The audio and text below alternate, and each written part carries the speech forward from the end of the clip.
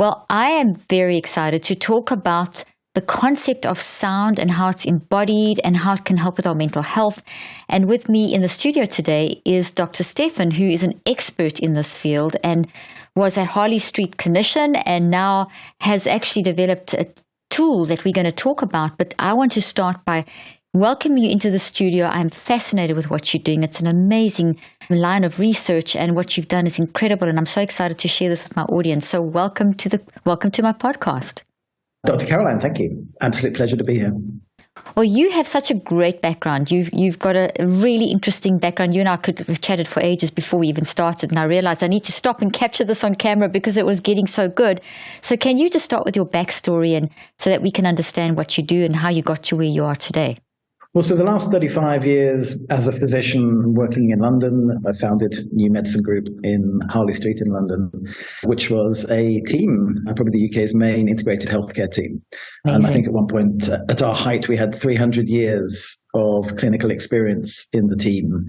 So, wow. It was, I formed the group because I wanted to learn more, and it was an incredible opportunity both for me personally as a practitioner, but also a real melting point where patients with difficult, hard to diagnose and hard to treat conditions would come and be assessed and treated in integrated and holistic ways by a team of people. Wonderful. Including a professor of integrated healthcare and nutrition and environmental medicine, etc. And my background really is from a holistic background. So Dad taught me and my brother to meditate when we were very young, when I was 6 or 7 or 8, I think. I'm not precisely sure. So meditation, breathing has been a practice for me for my entire life, really. And that's informed so much of what I've done. And it particularly informed my interest and speciality within medicine. So over the years, I've treated many thousands of patients with anxiety, with mood disorders, with PTSD. We had a particular specialism and interest in trauma in its various forms in the clinic. And, we used integrated approaches to treat these kind of complex conditions. I particularly used meditation and breathing work and sound, both felt sound and heard sound, audible sound with patients. And that's really where I'm doing now with the new company. That's really the origin point of that concept. I am so fascinated with that because, as you know, I've also been in the field like nearly 35 years now, and very much into the concept of the mind-brain-body connection and trying to get people to see beyond in a more holistic way. And we still, currently run clinical trials and things. And so I love what you do because it's so in line with what we instinctively know and have known for thousands of years, that, we've got to look at the whole person, and we've got to look at all the different elements for healing. And you've done so much great work with anxiety and depression. So can you talk about this concept of sound and healing and the vagus nerve? You're such a pro with the way you explain. I love how you explain that. And it's so important for people to understand. It is important, and exactly what you were just saying, Caroline, which is that we are creatures of mind and body, at the very least, and we've evolved from very simple life forms into the much more complex life forms that we are now over a very, very long period of time. And the higher brain, the human brain, if you want to call it that, is really quite a new arrival on the scene. We've had a brainstem and a nervous system and a vagus nerve for hundreds of millions of years. And we've really only had a frontal, a sort of a logical processing brain for about 1 million years-ish. So we're much more, my view on this has always been that we're much more hardwired as human beings towards our feeling responses than we are necessarily to logical responses. Which is why things like anxiety and panic attacks are unrelated to intelligence or education. It's not a sign of weakness. It's not a sign of IQ. And it's incredibly smart and intelligent people who will have panic attacks and who feel anxious in particular situations. So those more primal brainstem and spinal level, autonomic nervous system level responses will quite easily override any logical or higher brain functions. And I think if we go back even further, it seems to me that vibration was almost certainly the first sense. So before we had eyes or ears or anything, when we were very simple life forms, we would have perceived the world around us by vibration. whether to eat something, whether to procreate with it, whether to run away from it. That would all have been perceived vibration. So I think we also can see that tactile sound, which is what vibration is, has a really deep connection on a cellular level with our nervous system. And this is and particularly our nervous system before we had a brain. Mm-hmm. So, and I think we know this. This is why babies go to sleep in the back of cars, like being held, affective touch, that very light touch, which works on the skin receptors. I think it's why cats like lying on top of washing machines. And I think it's why we like cats lying on top of us, purring. And in fact, cat purring is very interesting. It's about 33 hertz. And cats do it to heal themselves. They do it when they're happy, and they also do it to heal themselves. So it's, many people are very fond of having their cat lying on top of them, purring at about 33 hertz. I loved how you explained that.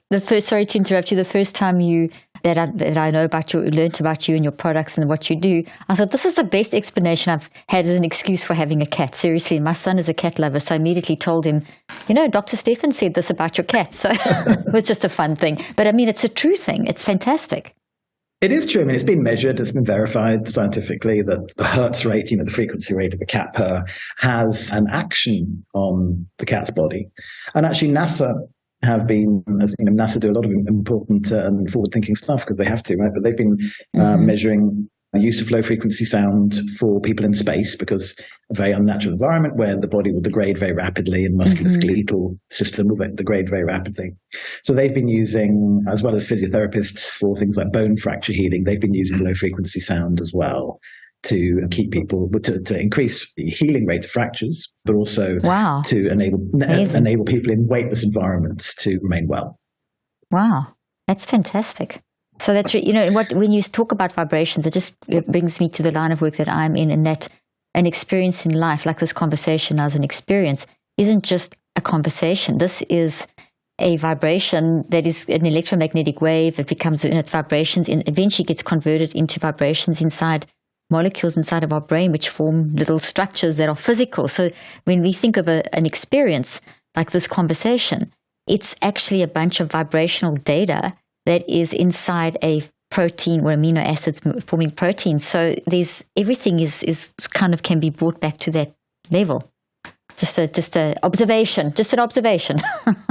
Well, no, but it's also literally true. I mean, it's a kind of poetic metaphor, if you like, for human interaction. And I think at the end of the day, that's what human beings value most, is connection with other living organisms. It can be humans, it can be nature, it can be animals. We don't have that connection with something, with that interaction, which is vibrational, if you like, then it's very hard, I think, for human beings to feel satisfied or content or to have meaning or purpose in their life. And it's interesting, isn't it? We don't talk about this much in medicine. But, if you speak to a physicist, I won't use the Q word, quantum, but if you speak to a physicist. An energy physicist. Energy physicist, excellent. Or you speak to somebody who's more interested in magic. They'll both talk about everything being vibration and frequency. But actually, we don't talk about this much in medicine, which is interesting. And it should be. It should, absolutely. It should. Well, it needs to, in a quantified way. We need to work out what's useful and how to quantify things. But we've been using ultrasound, so high frequency sound, in medicine for a very long time. And there are some medical applications for low frequency sound, infrasound, but they're relatively few. And that's what I'm interested in, because I see that the impact of low frequency sound on those tactile mechanisms in the body. They create connection, they create feelings of safety, the right ones, of course. You have to know which frequencies you're using. But they make people feel happy and safe. And that's what we want to feel as humans. So you discovered this through your work and your practice. Tell us more about how we can capture that, and how did it develop from there? How did you see this, and how did you start translating this into practical ways to help your patients? And now it works so well that you try to reach a lot more than just the one-on-one patient. Well, over my career, what I've seen is I've seen it become harder and harder for people to maintain a good balance, a work-life balance, sanity work balance. People used to be able to meditate. I used to be able to get people to sit with me and do meditation or breathing exercises, and then tell them to go off and practice them for 45 minutes or half an hour a day and come back. And over time, that people's ability to engage with that just got less and less and less. Until about 12 years ago or so, where I really noticed that actually very few people could sit still for 10 minutes and breathe or meditate. Even using an app, they would start, they'd be looking at the watch, wondering when it was going to finish, be thinking about their shopping list. And actually a significant proportion of people becoming more anxious as they sat there. And I always say this, if you want somebody to feel anxious and to have a bit of a panic attack, just tell them to notice their own breathing. Oh, gosh. Yes. So that one of the problems with breathing retraining, which is something I've done a great amount of, is as soon as you tell people to start noticing their breathing so they can change it, then their kind of hyperactivity or their hypervigilance will kick in, and they'll become really anxious about their breathing. And that's the thing about breathing, of course. It's not controlled by the autonomic nervous system, but we also have voluntary control over it. So you can choose to breathe differently, which makes it incredibly powerful, but also makes it prone to being affected by overwhelm or stress or trauma. A lot of people will hyperventilate or breathe differently. I'm so pleased you brought that up, because as you say, there's a huge move, and it's a good move, but it's also got its negative downside of people becoming much more aware and breathing, and it's a huge thing. Everyone's talking about it for years now. But the problem, the research is also showing that it's like sending planes up in the air and not landing them. So you bring stuff up with the breathing, or it creates it, but then you don't give people the. So in one of and this is where I love the product that you've developed, because one of the things in the systems that I've developed that I research is I always help people to prepare their brain, because you've got to prepare your mind-brain-body connection before you can actually do any kind of higher level function cognitive type work. And that's where the sound and there's so many different ways that you can. Some people who can't breathe, do the direct controlled breathing. There's other options for them, and that's we need to bring those options in. Which I see. That's how I see the work you're doing, is giving another option, and so much more. Yeah, and what my perception clinically, and the reason that I'm doing what I do now with the product, is that people's kind of voluntary mechanisms are so overloaded. By messaging, by technology, by workload, by lack of sleep. Lack of sleep is an absolute chronic problem. Stress levels were huge before the pandemic. They've absolutely rocketed since. More and more people are isolated. This connection that we were talking about with other people, or critically with nature. So many people's connection with nature is fractured. Therefore, it's very difficult. As soon as somebody tries to bring voluntary self-regulation, which is essentially what meditation and breathing is, to their own system, then it just becomes more overwhelming. And I think this is what you were perhaps referring to. I do see in a lot of breathing training where essentially people are being taught how to hyperventilate. And of course, that will change how somebody feels. Hyperventilation, anyone who's had a panic attack will know exactly. You feel different very quickly when you hyperventilate. And a lot of that's simply about the meaning you give it. So if you know it's a panic attack, then you don't like it. If you think it's kind of transformational breath work, and you're told that you're meant to feel like that, then you give it a different meaning. But the physiological, absolutely. But the biochemical response in the body is the same. And in fact, the body has quite a narrow glossary, if you like, of physical symptoms, physical sensations. So, if you have kind of a sweaty hand and you're a bit tingly and you're breathing fast and you're a bit wide-eyed, you're either in love or having a panic attack. But actually the symptoms are more or less, or about to go on a roller coaster. The symptoms are more or less the same. The signs, the physical sensations are more or less the same. But one of them we call good and one of them we call bad. Excellent point. So much of it is about the meaning we give things. And I think what we've observed is the thing that controls the relationship between the internal and external world and gives things meaning is what we call the vagus nerve. Which, of course, we've had a vagus nerve for maybe 500 million years. But in the last few years in particular, it's had a sort of a spotlight shone on it and had a lot more attention. So much. Yeah, which I think is appropriate. I think it does clearly do so much more and is responsible for so much more behavior than a traditional neurologist might account for it, which is quite a narrow definition of what it does. Mm-hmm. But then, my team, New Medicine Group, we did a lot of the early work around fascia as a connective tissue as a sense organ. So it's not that long ago that, fascia, connective tissue, was regarded just as something that kind of pads out the body. Yeah. And that you just get rid of it. Now we know it's an incredibly important sense organ. It's innervated, it's vasculated. It's where proprioception comes from. And we're pretty sure it's where the acupuncture meridians travel in the fascial layer, the connective tissue there. And it's where a lot of hormone regulation goes on in the fascia. So in other words, we are still discovering that tissues and structures that we thought we knew what they did, we're now discovering actually that's not so true. And I think the vagus nerve is an excellent example of that. Mm-hmm. That's such a good, and you talk a lot. I love that. Thank you for that. That's such a great explanation. It's really exciting it's interesting how as science doesn't understand something, it relegates it to something that's unimportant. And then as we learn more, we realize that, we overlooked the role of the fascia and so on and so many times. And you would almost think that we would have a little bit more respect for the fact that, hey, I'm not sure how this works, but I'm not just going to write it off. And I mean, the mind is one of those things. You talk about that, the science of the mind it's the science of sort of the mind-brain-body connection. But the point I'm making is that I love how you have really focused on sound as something being so important, and you've done the research showing that if the bone conducts, and if you put this Sensate device that you've created and developed on your chest, it changes how the vibrations move through your thoracic cavity. And I mean, it's fascinating, and how this stimulates the vagus nerve. Now, I don't want to tell you what you've done because you can tell it a lot better than me. But would you mind explaining how you've translated this incredible vibrational medicine, literally, or that's the wrong word, this into something that people can actually use and help themselves with? Yeah, and that's really the key, is people's ability to interface with it and use it. Love it. So, I mean, my hypothesis is that only somewhere in the region of half of what we call sound is heard via the ears, via compressed air waves in the ears. That probably about 50% of sound is perceived via the body.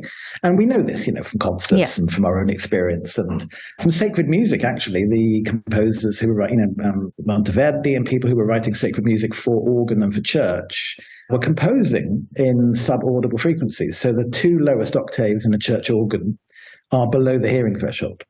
But if you go to a church concert or with a choir and you actually feel these frequencies pass through your body because you're on this massive granite structure, right? Yeah. So in a sense, and if you look up in a cathedral, you see this structure, which is very anatomically similar to a thoracic cavity. You've got this almost like bone-like structure. And of course, human beings, and I think you touched on this, have been doing things to make their thoracic cavity vibrate and resonate for thousands of years, tens of thousands of years, hundreds of thousands of years. The earliest evidence, for instance, now of fire goes back, they think, about 1 million years. It was only a few years ago that it was 150,000 years. It's now, they reckon, 1 million years. So this is how fast things are being updated. That's amazing. We've been doing ceremony around fires for a very, very long time. Exactly. Singing, chanting, banging chests, and of course the thymus is here. Yeah. So we have thymus tapping. And in more religious contexts or spiritual contexts, oming, chanting, mantra, etc. Mm-hmm. So really that's what, and of course here I am wearing one, obviously. So that's really I don't have mine on. I should have had mine on. So that's really what the Sensate device is doing. Because, of course, anyone can, meditation, breathing, and oming and chanting, these are free, right? They cost, you just have to know how to do them. And that's what I spent many decades doing, is teaching people how to do these things. But then there came a point where people weren't able to engage with it anymore. So I thought, okay, well, either I give up doing what I'm doing, or I find a way to get people to have the benefits without or being overwhelmed. I love that. So this sits, as you say, this sits on the chest and it resonates, orchestrated and combined with special pieces of soundscape that we write. So you hear half of the soundscape and you feel half the soundscape below the hearing threshold. The thorax, the chest, is hollow. So above the diaphragm and around the lungs are pretty hollow. The heart's hollow some of the time, but there's a lot of air space in the chest. So in the same way as, if you've got a beautiful hi-fi and you just had the speaker lying on the coffee table, it wouldn't sound great. Yeah. So the speaker cabinet is what actually gives the sound and the timbre and the resonance to your music. So your chest is very much like that speaker cabinet. That the presence of air means, and bone, which is a beautiful conductor and propagator of low frequency sound, means that when you place the Sensate, which you can't hear when it's dangling in air, you place it on the chest in the right place, that the frequencies transfer through the bone into the thoracic cavity, where they then resonate. At that point, they enter the organs, obviously, the autonomic nervous system. The vagus nerve runs directly behind the sternum, the chest bone. So it's immediate and direct transmission of infrasound energy into those structures. Non-electrical, so you're not electrically, it's not we refer to vagus nerve toning rather than vagus nerve stimulation. Mm-hmm. Yeah, so I think that's a more holistic way of thinking about it, because if you attach an electrode to a nerve, obviously you can make it twitch. Mm-hmm. But if you're using something like humming or omming or sound, then you're interacting with it, but it has the ability to moderate itself and to self-regulate. Yeah, you're not forcing the nerve or part of the body to do something that it wouldn't actually choose to do of its own volition. Yeah, so therefore it's very safe. So good. But also the body is incredibly rich in water, and water is a fantastic propagator also of sound. Mm-hmm. So a lot of ungulates, a lot of whales, elephants, giraffes, etc., use infrasound, low frequency sound to communicate over vast distances. Whales can hear infrasound at 16 kilometers. Elephants communicate through their feet. So they have sound receptors in their feet and communicate with other groups of elephants to tell them where water holes are, for instance. And my favorite nugget, which I must tell you, is that whales are actually land animals that went back into the water. Yeah. So they came out, they thought, don't like this much, and went back in over a few million years. Yeah. So if you look at, it's amazing. I was at the Science Museum in London the other day, and they have the skeleton of a blue whale hanging up where they used to have the diplodocus or diplodocus, depending on who you speak to. And if you look at the fins, they're actually hands. You can see they're My five. Goodness. They're not fins. They're bony structures, exactly like hands. So anyway, that's fascinating. And the elephants with their feet. I mean, coming from Africa, I was born in Zimbabwe. I mean, like this, I didn't realize that they have sound receptors in their feet. That's fascinating.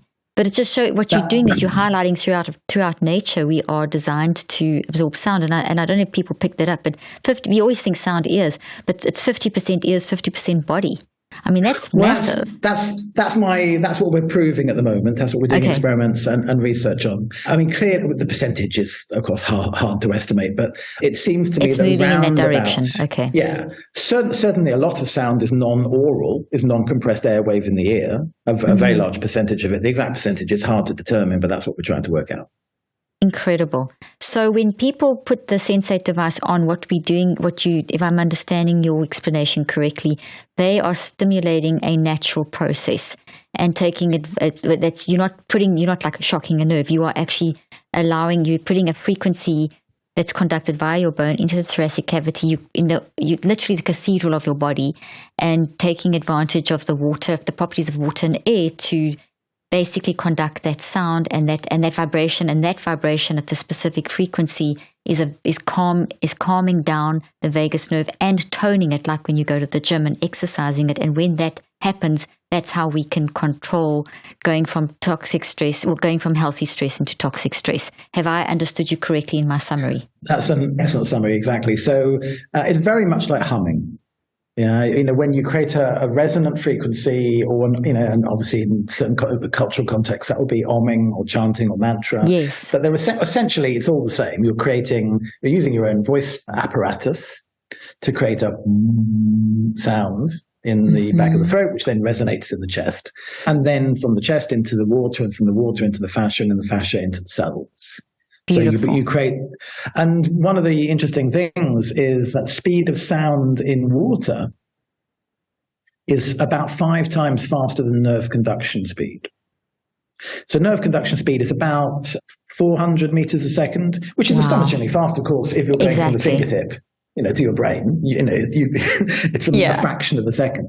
The speed of sound in water is about 1,500 meters a second. That's amazing. So, in other words, your body feels vibration before your nerves know it's happened. That is fascinating. I mean, the implications for mental health are just enormous there, because just in relationships and in everything, if someone's anger is generating, loud noises or something like that, it's your cells are getting that extremely fast. Every cell of your body, right the way through your body, you're picking up on the vibrations that are being generated by the anger or the frustration or whatever it is from the other person. Well, and people are more, you'll know this from your work, right? People are more sensitive. There's a lot more people with sensitive, hypersensitivity. There's a lot more younger people with neurodiverse issues. And I think that's partly a matter of diagnosis, but that doesn't explain the alarming, if you want to look at it that way, increase in hypersensitivity amongst younger people, but also adults. It must point to our technology and how it's being used and all kinds of things. I mean, that's a whole different conversation, but there's a different world that we're living in with stimulation, and we need to kind of bring back to basics and kind of reground ourselves. And that's the difference between stimulation and toning. So by toning the autonomic nervous system, you're increasing its ability to regulate. So good. You can upregulate nerves so that you're more able to cope with situations. You can downregulate the nervous system so that you relax more easily. Because we've already mentioned that chronic sleep problems are just such an epidemic in the developed world. And my view very much is, we're not going to eliminate stress from the world. I know, it's a normal part of life. It's just going to happen, It should happen. It needs to happen. But we're also not going to uninvent anything. Nobody's going to uninvent the mobile phone or the computer or whatever else. So we have to adapt. Mm-hmm. We have to adapt, exactly. So there's only really one option, which is to increase stress resilience and to work on what I call anti-fragility. Which actually, speaking my language. You're speaking my language. I'm now strongly of the opinion that anti-fragility is actually the primary thing that we need to work on as human beings. I cannot agree with you more. We are not fragile. We've got it in us. We just need to know how to activate it and grow it and develop. We're not as fragile as we made out to be. And oh wow, so would you? I love that. I know we could go down I'd love to have a whole discussion with you just about that alone, which is incredible. But what I wanted to ask you, just to come back to, let's keep the fragility concept in mind, because I'd love to know how you link that to your device. But you said with your patients when you were still working that you'd get them to go and do their 45 minutes of meditation and relaxation and breathing and whatever it was that you helped them do, or sound baths or whatever it may be. You've now taken the current world that we live in that's not going to be uninvented, and you've created something that also is technology, and so you have adapted to this current environment and helped us use a technological, modern, advanced adaptation to help activate a natural thing inside of us and help our bodies to then cope with this new, sort of almost train our bodies to cope with this new life that we are exposed to. So how long would it take to... Okay, go ahead. Well, so Carla Schatz at Stanford said that neurons that fire together wire together. So it's how we build habits. Habits, we are literally our habits, and habits can be good or bad. We can, and they are simply what we repeatedly do. So exactly. we can habitually drink a bottle of whiskey every day, or we can habitually meditate for half an hour a day, and along with a whole bunch of other behaviors. The difference is some behaviors, habitual behaviors, are not particularly constructive, but some behaviors increase neural network activity so that becomes the new default. And meditation is probably primary amongst those activities. If you meditate, you become a meditator. The problem is, and what nobody says about meditation, is how astonishingly difficult it is. Exactly, and how it can bring up stuff that you don't know what to do with. Absolutely, and how much time you need to dedicate to it. So, to become a proficient meditator, you have to do half an hour to an hour a day for 5 to 10 years. I mean, that's the truth. And who's got time for that? So, although it's a fantastic intervention, the bottom line is that most people are never going to do it.